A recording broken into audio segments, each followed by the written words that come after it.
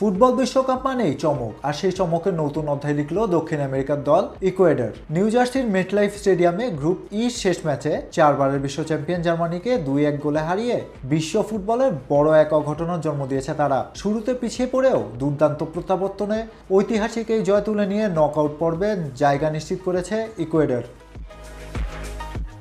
ম্যাচের শুরুটা অবশ্য ছিল পুরোপুরি জার্মানদের দখলে। খেলার শুরু মাত্র 2 মিনিটের মাথায় ফরওয়ার্ড লেরয় সানের নিখুঁত বাঁকানো শটে এগিয়ে যায় ইউরোপের পরাশক্তিরা। তখন মনে হচ্ছিল সহজ এক জয়ই অপেক্ষা করছে জার্মানির জন্য, কিন্তু ইকুয়েডর দেখিয়ে দিল তারা লড়াই ছাড়ার দল নয়।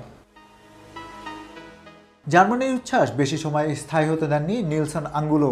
ম্যাচের 9 মিনিটে দারুণ এক গোল করে তিনি সমতায় ফেরান দলকে। সেই গোল যেন বদলে দেয় পুরো ম্যাচের গতি। এরপর দুই দলই একের পর এক আক্রমণ চালালেও প্রথমার্ধে শেষ হয় 1-1 সমতায়। দ্বিতীয়ার্ধে উত্তেজনা আরও বাড়ে। জার্মানি একাধিক সুযোগ তৈরি করলেও ইকুয়েডরের রক্ষণভাগ ছিল দুর্ভেদ্য। অবশেষে 76 মিনিটে গঞ্জালো প্লাতার অসাধারণ গোলে 2-1 ব্যবধানে এগিয়ে যায় ইকুয়েডর। শেষ মুহূর্ত পর্যন্ত চাপ সৃষ্টি করেও আর ম্যাচে ফিরতে পারেনি জার্মানি।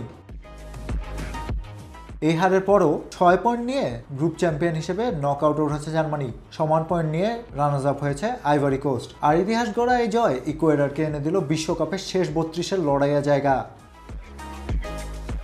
সাকিব রশিদ, সদ্য সংবাদ।